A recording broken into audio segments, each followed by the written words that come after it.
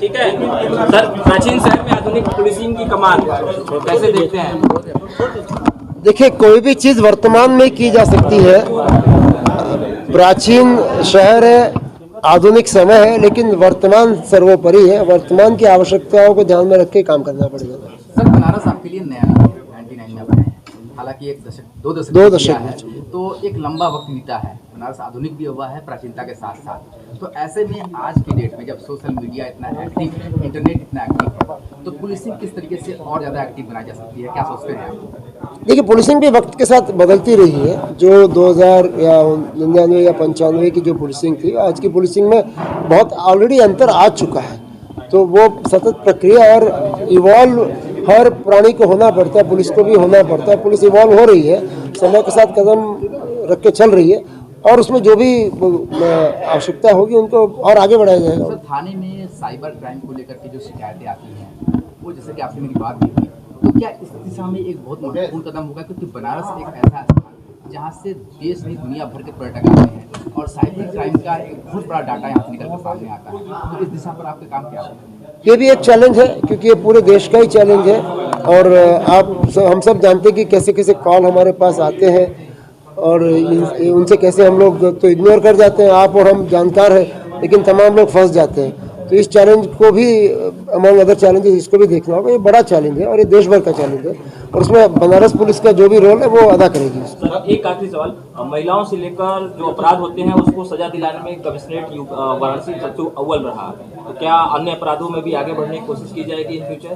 प्रयास तो हमेशा यही रहता है कि अपराधी को सजा मिले और समाज को शांति मिले, और ये सभी के लिए प्रयास किया जाता है। अब पर्टिकुलरली महिलाओं के मामले में अगर बनारस पुलिस को सफलता मिली है तो वो बधाई की पात्र है उसके लिए।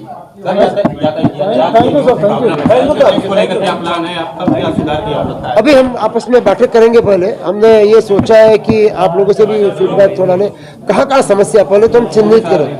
नहीं, उसमें भी कुछ पॉइंट होंगे ना जो ज़्यादा खतरनाक है, जहाँ ज़्यादा समस्या है, तो उनको चिन्हित करके फिर तभी तो आगे बढ़ पाएंगे।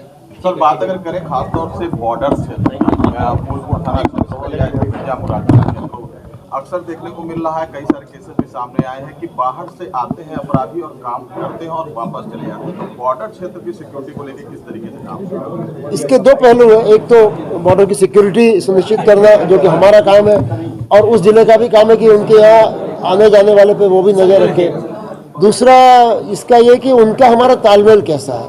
तो कई बार हम लोगों का एक व्यवस्था है, पुरानी व्यवस्था है, ये बॉर्डर मीटिंग्स होती है बगल के जिलों के सारे एसपी इस समय या सीपीए जैसे, तो बैठ के आपस में अपनी अपनी लिस्टें लेके कौन अपराधी कहाँ से वांछित है, किसकी क्या एक्टिविटीज़ है, अच्छी सूचनाओं का आदान प्रदान।